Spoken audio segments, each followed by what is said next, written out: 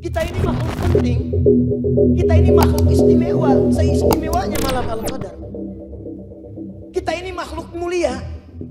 Bahkan saking mulianya itu banyak sifat disebutkan menjaga kemuliaan kita. Coba buka Quran surah 17 ayat ke-70. Paling kanan di mushaf di pertengahan. Walaqad karramna bani Adam. Kata Allah, semua anak cucu Adam yang manusia itu, yang aku ciptakan yang istimewa itu, karramna, kami muliakan semuanya. Wa hamalnahum fil barri wal bahr. Dan kami angkat, ada yang beraktivitas di daratan, ada yang beraktivitas di lautan. Kami berikan kesempatan beraktivitas. Dan yang paling hebat, kami lebihkan kemuliaannya dari semua makhluk yang pernah kami ciptakan sebelumnya. Wa faddalnahum ala katsirin mimma khalaqna tafdila. Kami telah ciptakan banyak makhluk sebelumnya. Ada hewan, ada tumbuhan, ada bebatuan, ada langit, ada bumi. Tapi kata Allah, kami lebihkan saking istimewanya manusia ini, kami lebihkan daripada yang lain. Makanya kalau ada orang menyepelekan manusia sampai tidak menganggap kemudian nyawanya, itu pertaruhannya besar. Ini penting saya sampaikan, karena sekarang ini kayaknya manusia itu dianggap ringan. Coba Anda buka setiap hari berita, sedih Pak. Kalau malam kita buka itu nangis, kita mohon ampun sama Allah itu. Kok mudah tiap hari itu ada pembunuhan? Kok gampang menghilangkan nyawa? Kok gampang melukai? Saya mau infokan ya sekali saja.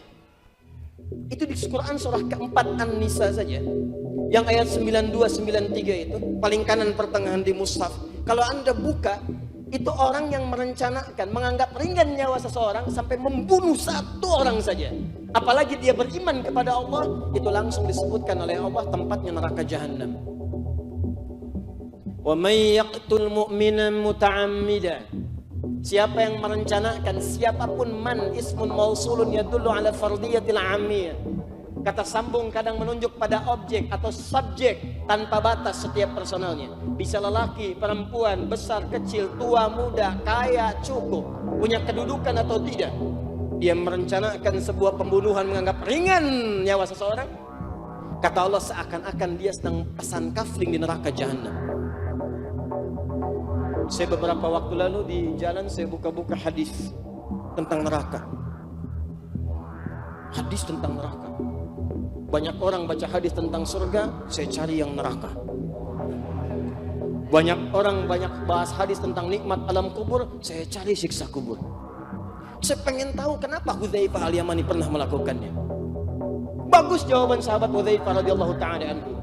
Ini orang banyak nanya tentang surga, Hudzaifah ya Rasulullah, neraka bagaimana?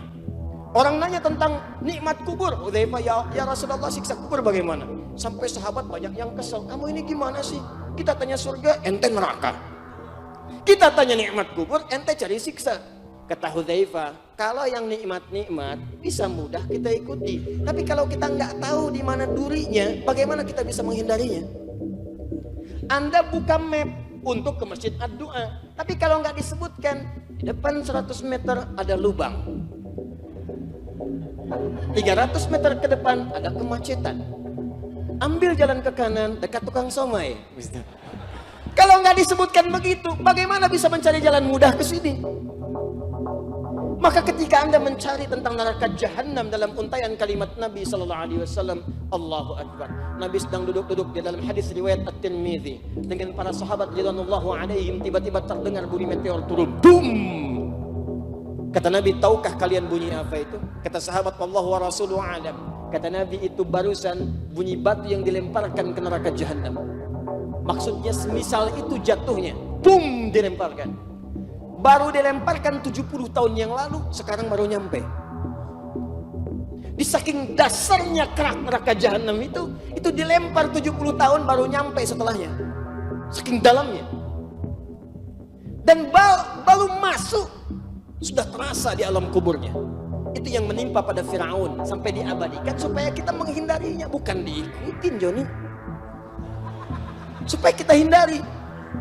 Buka Quran surah 40 ayat 45 sampai 46-nya. Di 46-nya dahsyat. An-naru yu'raduna 'alaiha ghudwa wa 'ashiyya. Setiap pagi sampai petang ditampakkan neraka jahanam. Tampak, capek. Saya pernah didebat oleh orang liberal, Ustaz, nggak ada siksa kubur. Kita tuh cuma tidur di alam kubur. Saya bilang, Mas, sini. Anda tidur, mimpi ketemu kuntilanak.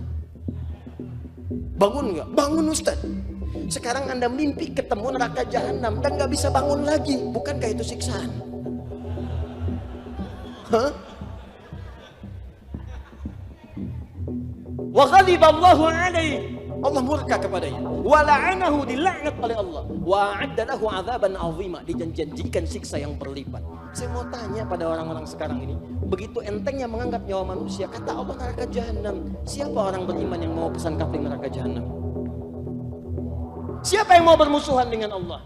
Siapa yang mau dilaknat Allah? Siapa yang mau digandakan siksanya di neraka kelak? Gak ada yang mau.